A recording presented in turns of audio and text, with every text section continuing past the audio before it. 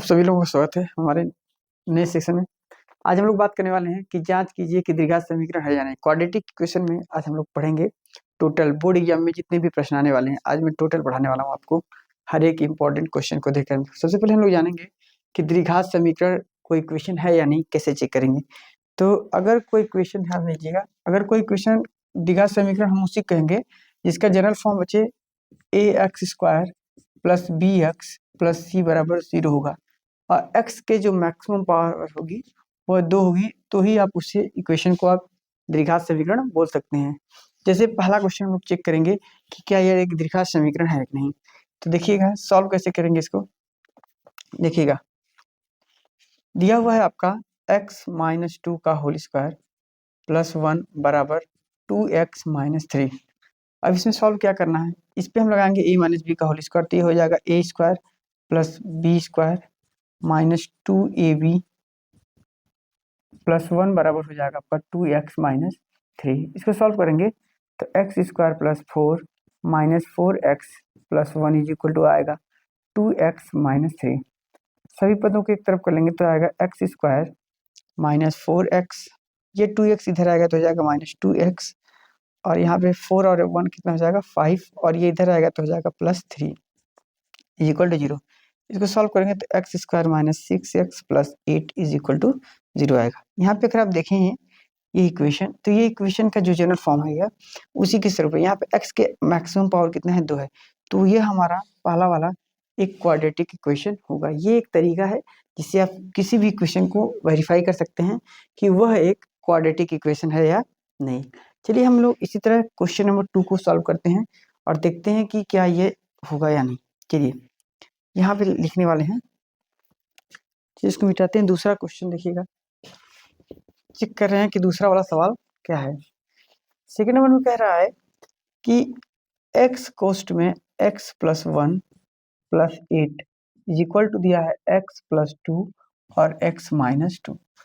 इसको सॉल्व करेंगे तो ये हो जाएगा आपका x के इसमें गुणा होगा तो हो जाएगा x square plus x plus 8 बराबर, अगर आप यहाँ देखेंगे तो एक क्वेश्चन में लिखा हुआ x प्लस 2 और दूसरे क्वेश्चन में लिखा है x माइनस 2, तो ये एक फॉर्मूला होगा a square minus b square का। तो यहाँ पे हो जाएगा x square plus 8 is equal to x square, और यहाँ पे आपका हो जाएगा माइनस 4।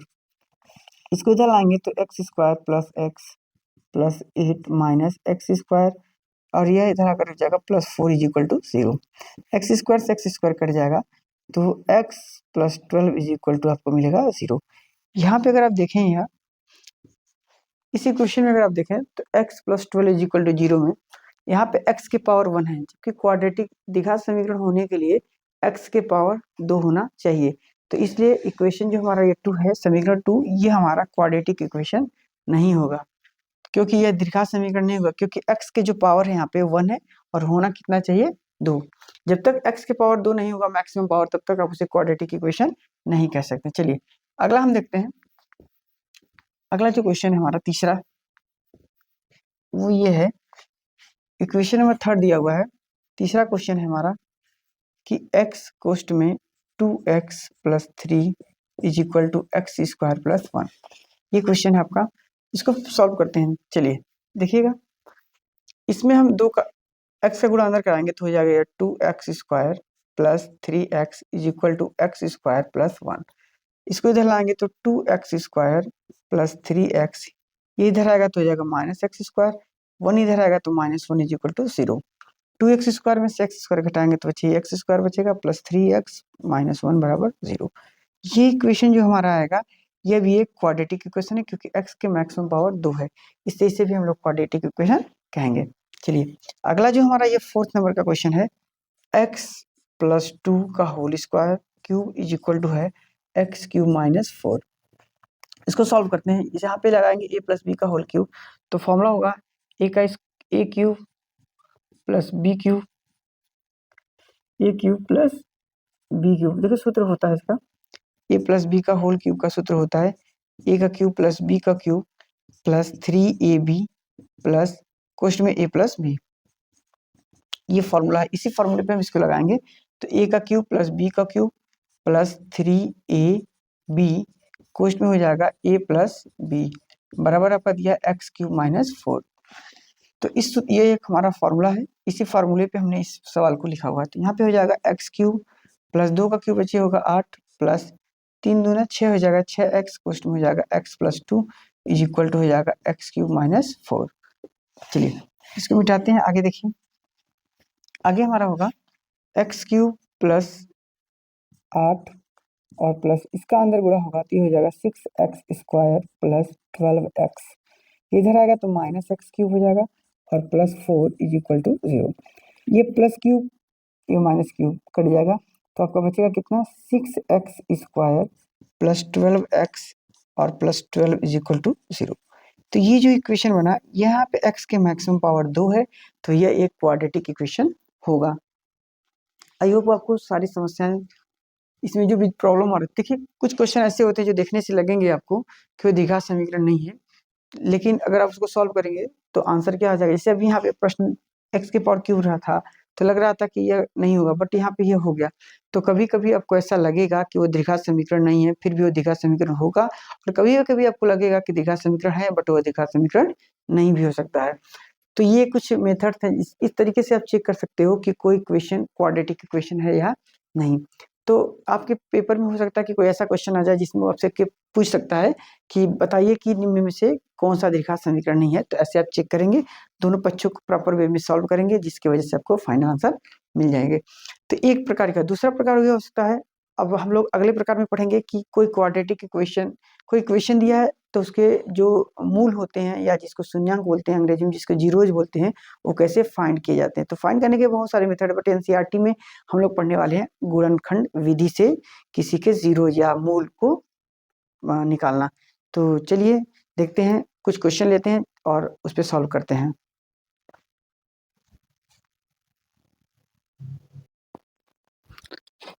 चलिए बच्चों, तो अब हम लोग पढ़ने वाले हैं गुणनखंड विधि। गुणनखंड विधि में हमने पहला क्वेश्चन लिया हुआ है। इसमें हम समझेंगे कि गुणनखंड विधि से हम इस समीकरण को कैसे सॉल्व करेंगे और इसके मूल या जीरोज कैसे निकाले जाएंगे। तो देखिएगा, गुणनखंड विधि में क्या करना है आपको, पहले और लास्ट वाले को, सबसे पहले तो इक्वेशन को मैं यहाँ लिख रहा हूँ। सबसे पहले आपको इक्वेशन को क्या करना है, जनरल फॉर्म में ax² plus bx plus c बराबर 0 इस फॉर्म में आपको इसको एडजस्टमेंट करना। तो चूंकि ये यहाँ पे पहले से लिखा गया है, ax² plus bx plus c के फॉर्म में लिखा गया है। अब लोग देखिए, गुणनखंड विधि में हम लोग क्या करते हैं कि बीच वाले को ऐसे दो भागों में तोड़ते हैं कि उसका गुणनफल क्या हो, पहले और लास्ट वाले के गुणनफल के बराबर है। जैसे अगर मैं देखूं पहला और लास्ट, ध्यान समझिएगा इसको, पहला और लास्ट का गुणनफल कितना होगा बच्चे, 2x² into 3 is equal to आपका आएगा 6x²। ठीक, तो बीच वाले को ऐसे, ये जो सेंटर में होगा मतलब x वाला पद, इसको ऐसे तोड़ते हैं दो भागों में, उन दोनों भागों को गुणा करने पे पहले और लास्ट वाले के गुणनफल के बराबर आए। अभी देखिए पहला और लास्ट वाले का गुणनफल आया आपका 6x²।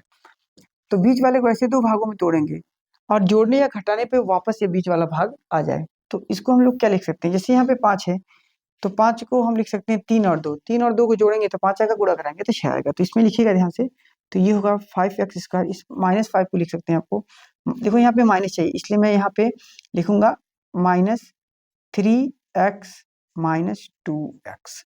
दोनों माइनस में होंगे तभी जोड़ने पे माइनस आएगा, और गुणा करने पे माइनस माइनस प्लस हो जाएंगे, 3 दूनी 6 और x का गुणा करेंगे x² आ जाएगा, प्लस 3 इज इक्वल टू आपका होगा 0। अब इन दोनों जोड़ा हम लोग बना लेंगे। इन दोनों में से हम लोगों के देख रहे हैं कि क्या कॉमन होगा, x कॉमन होगा। यहाँ पे बचेगा बच्चे 2x और यहाँ पे x कॉमन हो जाएगा तो बचेगा -3। ठीक, अब यहाँ पे क्या होगा, इन दोनों में से कुछ भी कॉमन है, x इसमें है बट इसमें नहीं है, 2 इसमें है इसमें नहीं है, तो इन जब दोनों में से कुछ भी कॉमन हो तो एक कॉमन करेंगे। चूंकि मुझको यहाँ पे अंदर पे ये 3 को माइनस चाहिए, इसलिए मैं यहाँ पे -1 कॉमन कराऊंगा। तो ये 2x पॉजिटिव हो जाएगा और 3x -1 हो जाएगा बराबर 0। जब ये वैल्यू और ये वैल्यू, सॉरी 3 होगा यहाँ पे, जब ये वैल्यू और ये वैल्यू बराबर आए तभी आप समझिएगा कि क्वेश्चन सही लग रहा है। तो अब इन दोनों को मैं कॉमन करा लूंगा तो हो जाएगा 2x -3, दूसरे कोष्टक में हो जाएगा x -1 इज इक्वल टू 0। अब मैं बारी बारी से एक एक को 0 के बराबर रखूंगा, तो 2x -3 इज इक्वल टू 0 रखूंगा, तो मुझको यहाँ से मिलेगा 2x बराबर 3, तो x बराबर मुझको मिल जाएगा 3/2। एक इक्वेशन हमें मिला x बराबर 3/2, यहाँ पे x -1 बराबर 0 रखूंगा तो x बराबर 1 मिलेगा। तो ये x बराबर 1 और x बराबर 3/2, ये दो आप इसके इस इक्वेशन के क्या कहलाएंगे, यहाँ पे जो x बराबर 1 और 3/2 ये क्या कहलाएंगे बच्चे, मूल मूल कहलाएंगे या शून्यांक कहलाएंगे या जीरो, जो भी कहो। तो गुणनखंड विधि से ऐसे किसी क्वेश्चन को सॉल्व किया जाएगा। मैं कुछ और क्वेश्चन लिखने वाला हूँ और एनसीईआरटी के कुछ और सवाल हम देखते हैं जिसमें आप ज़्यादा प्रॉपर, इसको फिर से आप देख लीजिए एक बार, फिर से मैं एक बार बताने का प्रयास करता हूँ। सबसे पहले जो भी इक्वेशन होंगे उस सभी इक्वेशन को ax² plus bx plus c बराबर 0 के फॉर्म में लिखेंगे, क्योंकि ये पहले से एडजस्ट है, कोई इसमें कोई दिक्कत वाली बात नहीं है। गुणनखंड विधि में क्या करते हैं हम लोग, बीच वाले को यानी x वाले कंपोनेंट को ऐसे दो भागों में तोड़ते हैं कि उन दोनों को जोड़ने पे या घटाने पे वापस वो कंपोनेंट आ जाए और उन दोनों का गुणनफल पहले और लास्ट वाले के गुणनफल के बराबर है। तो अब देख सकते हैं 5x को मैं लिख सकता हूँ 3x माइनस 2x, दोनों के चिन्ह समान इसलिए जोड़ूंगा तो -5x आ जाएगा। गुणा हम जब कराएंगे इसको तो ये आएगा, माइनस का माइनस में गुणा होगा प्लस होगा, 3 का गुणा 2 में होगा 6 होगा और x का गुणा x में होगा तो x² होगा।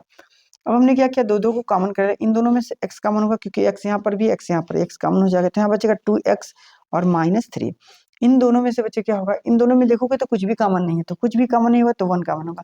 क्योंकि यहाँ पे 3 हमको माइनस भी चाहिए और यहाँ पे प्लस है, इसलिए -1 कॉमन कराएंगे तो ये पॉजिटिव हो जाएगा और ये निगेटिव हो जाएगा, तो इसलिए हमने -1 कॉमन कराया, तो यहाँ हो गया 2x और यहाँ पे जाएगा -3। ये दोनों अगर सेम आएंगे तभी आपका क्वेश्चन सही लगा रहे हैं, अन्यथा कुछ गड़बड़ी है। इन दोनों को कॉमन करा के एक क्वेश्चन में लिखेंगे, दूसरे क्वेश्चन में x - 1 लिखेंगे बराबर 0। अब एक एक को 0 के बराबर करेंगे तो 2x - 3 = 0 और x - 1 बराबर 0 कर देंगे। यहाँ से सॉल्व करेंगे तो x के 3/2 और यहाँ पे 1 जो मान आएंगे यही क्या कहलाएंगे, इस क्वेश्चन के ही मूल होंगे। अगर इस सवाल में पूछता कि इस क्वेश्चन के जीरोज कितने होंगे, तो ये दो जीरोज होंगे 1 और 3/2, यानी जीरो यानी मूल यानी कि शून्यांक। चलिए कुछ और क्वेश्चन लगाते हैं। आज मैं आपको सारे क्वेश्चन पढ़ाने वाला हूँ। द्विघात समीकरण में जितने भी क्वेश्चन बोर्ड एग्जाम में आ सकते हैं या जिनके भी आने की संभावनाएं हैं, तो मैं आज सारे प्रश्नों को यहाँ पे सॉल्व करने वाला हूँ। तो चलिए कुछ क्वेश्चन और हम लोग लेते हैं और देखते रहिए आप लोग।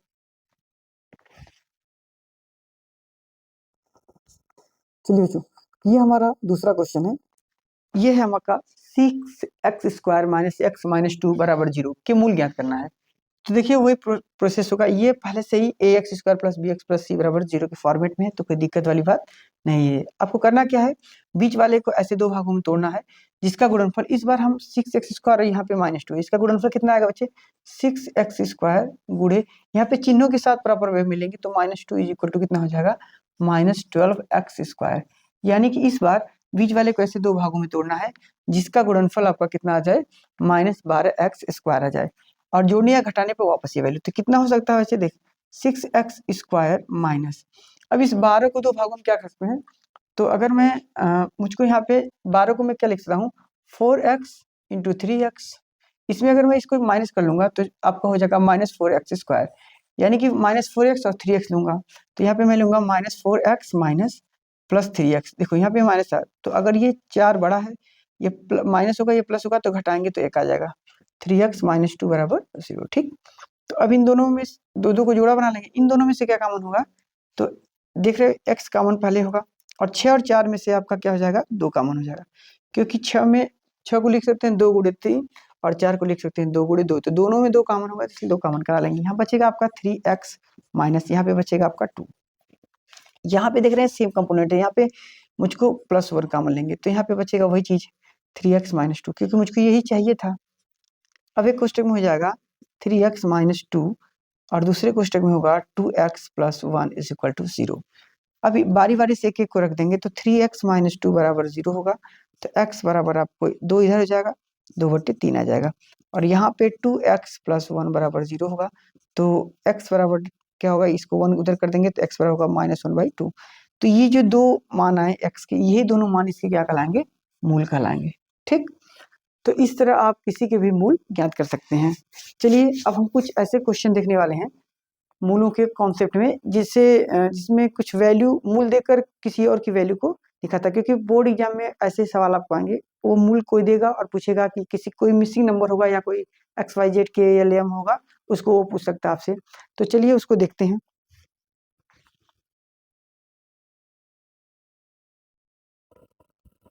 चलिए बच्चों, तो ये हमारा क्वेश्चन है अगला कि यदि x square plus 2x minus P बराबर 0 का एक मूल -2 हो तो पी का मान ज्ञात कीजिए। तो पी के क्या मान होंगे? देखिए ऐसे सवाल आ सकते हैं, ये इंपॉर्टेंट है, इसको स्टार बना लीजिएगा आप लोग। ऐसे सवाल आपको एग्जाम में देखने को मिलेंगे। यदि x square plus 2x minus p is equal to 0 का एक मूल अगर -2 है तो पी की वैल्यू क्या होगी?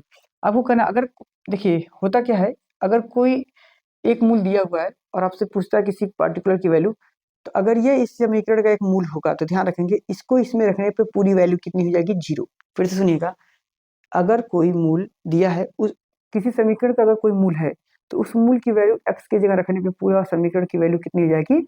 0 हो जाएगी। तो हम ये रखने वाले हैं। तो x बराबर आपका -2 रखने पर x की वैल्यू जो है वो हम इस समीकरण में रखेंगे, जिससे पूरी वैल्यू क्या होगी? 0 हो जाएगी। x बराबर -2 रखने पर क्या होगा आपका? 2 का स्क्वायर प्लस -2 का स्क्वायर प्लस 2 क्वेश्चन में जाएगा -2 minus p is equal to 0। यहाँ पे -2 का स्क्वायर हो जाएगा बच्चे 4, और यहाँ पे हो जाएगा -4 minus p is equal to कितना होगा? 0। यहाँ से देखेंगे तो ये कट जाएगा, तो पी बराबर आपका कितना हो जाएगा? 0 हो जाएगा। पी की वैल्यू कितनी हो जाएगी? 0। तो यहाँ पे जो पी के मान आएगा वो कितना आएगा? 0 आएगा। तो एक सवाल ऐसे लग सकेंगे। देखिए यहाँ पे फिर से सुन लीजिएगा, अगर कोई क्वाड्रेटिक इक्वेशन होगा और उसका एक मूल दिया है, तो कहानी ये है कि इस मूल को इसमें रख x की जगह पे रखने पे टोटल समीकरण की वैल्यू 0 हो जाएगी। तो हम क्या करेंगे, इसका मान इस इक्वेशन x की जगह पे रखेंगे और टोटल वैल्यू को 0 करके बराबर कर देंगे। और ऐसा करने से हमें जो ये p की वैल्यू हमें मिल गई 0, यानी p की जगह पे 0 रहा होगा इस इक्वेशन का, ये मूल होगा। तो एक सवाल ऐसे टाइप से आते हैं। एक आप प्रश्न हम और देखते हैं आपके लिए, जिससे आपको ज्यादा बातें क्लियर हो जाए। तो चलिए देखते हैं। चलिए बच्चों देखते हैं, अगला हमारा सवाल है कि अगर कोई क्वेश्चन है कि m x square plus 3x plus 2 is equal to 0 के एक मूल 2 है, का एक मूल 2 है, तो इसमें इस m की वैल्यू क्या होगी? सेम टाइप से सवाल है। उसी तरह आपको करना क्या है, x की जगह पे यह वैल्यू रख के टोटल की वैल्यू को 0 को बराबर कर देंगे, जिससे हमें m का मान निकल जाए। चलिए रखते हैं। तो क्या हो जाएगा आपका? m इंटू 2 के power 2 plus 3 into 2 plus 2 is equal to 0। यहाँ पे हो जाएगा m into 4 plus 3 2 6 plus 2 is equal to 0। यहाँ पे हो जाएगा 4m plus 8 is equal to 0। यहाँ से आप देखेंगे तो 4m बराबर हो जाएगा आपका, इसको इधर शिफ्ट कर देंगे तो ये हो जाएगा -8। m की वैल्यू आपको हो जाएगी -8/4 आएगा आपका -2, यानी कि m का जो मान होगा वो होगा आपका -2। तो ऐसे सवाल लगाए जाएंगे, और ये भी इंपॉर्टेंट क्वेश्चन है, ऐसे ही सवाल लगाए जाएंगे। तो इस टाइप के एक सवाल आपको एग्जाम में देखने को मिलेंगे। इस टॉपिक से एक सवाल आपको एग्जाम में देखने को मिलेंगे, तो अच्छे से इस चीज़ को समझ लीजिएगा। अब मैं आपको थोड़ा दिखा समीकरण के थोड़ा एडवांस लेवल के सवाल, जो ये मूल होते हैं उनको हम लोग उनकी वैल्यू वगैरह, या दो मूल दिए हो समीकरण ज्ञात करना हो तो कैसे ज्ञात किए जाएंगे उसके बारे में मैं बात करने वाला हूँ। फिलहाल आप लोग इसे नोट करें और फिर मैं आगे आपको बताता हूँ।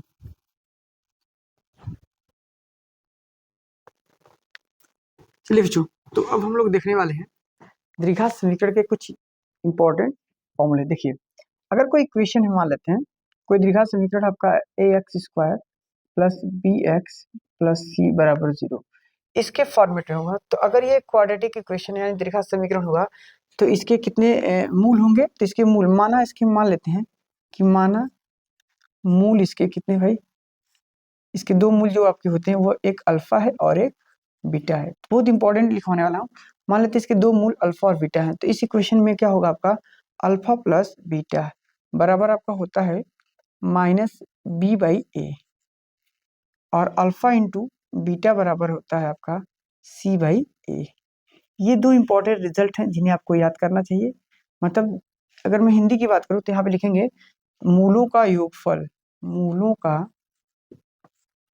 योगफल, मूलों का जो योगफल होता है वो आपका क्या होता है? माइनस, यहाँ पे अगर b और a की बात करें तो b जो हमारा है x का जो कोफिशिएंट है, x का जो गुणांक है वो b है, तो यहाँ लिखेंगे मूलों का योगफल बराबर माइनस x का गुणांक, x का गुणांक बटे ए क्या हमारा है, एक्स स्क्वायर का गुणांक, तो यहाँ लिखेंगे एक्स स्क्वायर का गुणांक, एक्स स्क्वायर का गुणांक, तो ये हो गया।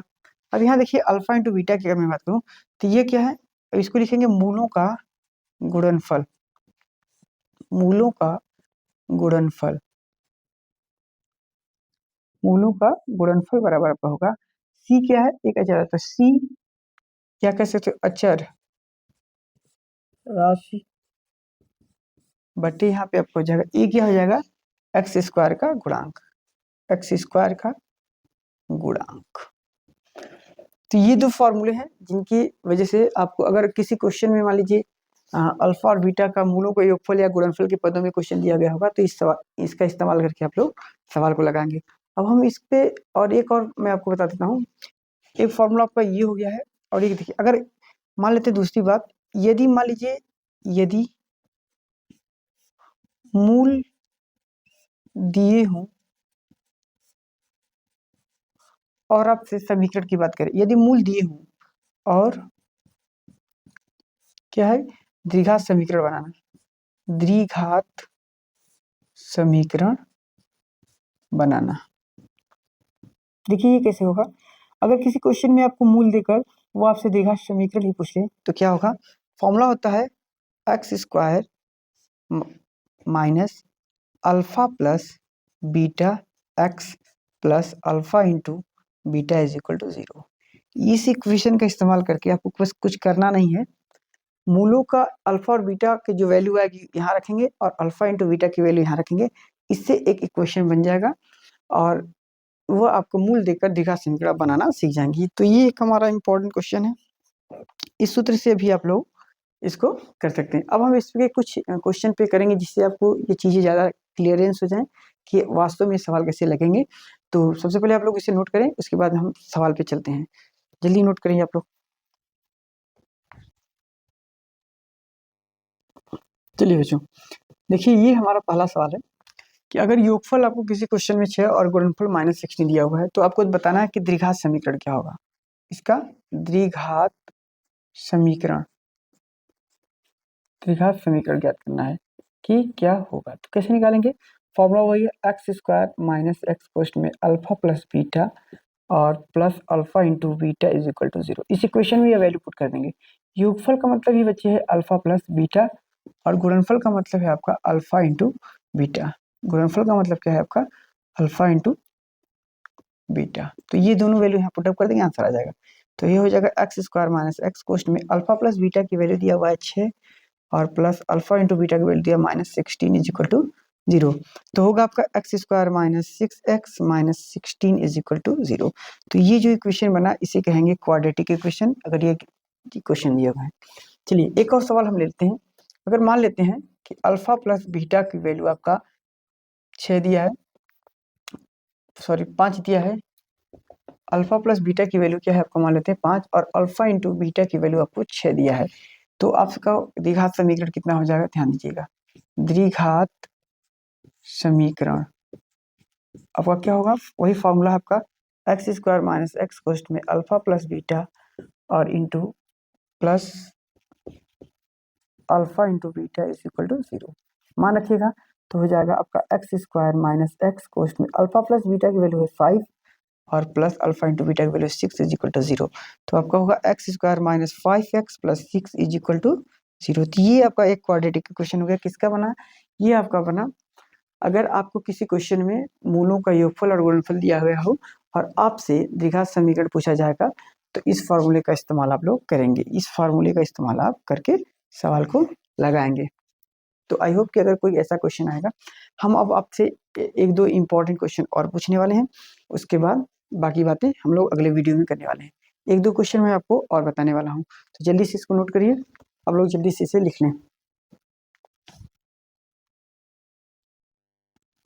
चलिए बच्चों, तो ये हमारा अगला सवाल है जो काफ़ी पॉपुलर है। इस टाइप के भी सवाल आपको एग्जाम में देखने को मिल सकते हैं, तो देखिएगा कैसे लगेंगे।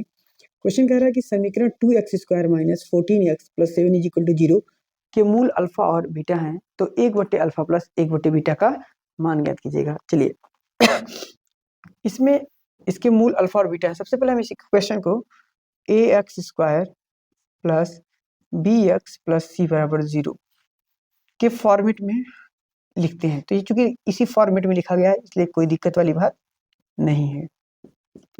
ठीक, चलिए आगे बढ़ते हैं। अब इसमें क्या करेंगे हम लोग, इस इक्वेशन से हम लोग मूलों का योगफल यानी अल्फा प्लस बीटा बराबर आपको होता है माइनस बी अपॉन ए। तो अगर आप देखें इस इक्वेशन में b की जगह पे क्या दिया है -14, तो ये माइनस कोष्ट में -14 अपॉन a की जगह पे कितना बचे 2, तो ये हो जाएगा आपका 14/2।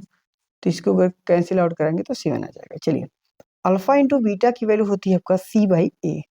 यहाँ पे c की जगह पे कितना है 7 है और a की जगह पे कितना है 2 है, तो आपका हो जाएगा यह 7/2। हमें alpha into beta alpha plus beta की वैल्यू मिल गई। चलिए हमको वैल्यू चाहिए 1/, यहाँ पे देखिए ध्यान से, हमें वैल्यू चाहिए 1/, अल्फा प्लस 1/बीटा का।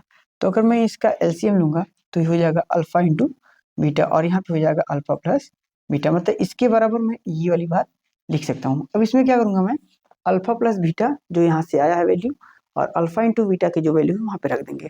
चलिए रखते हैं, कितना हो जाएगा 7 अपॉन ये हो जाएगा 7/2।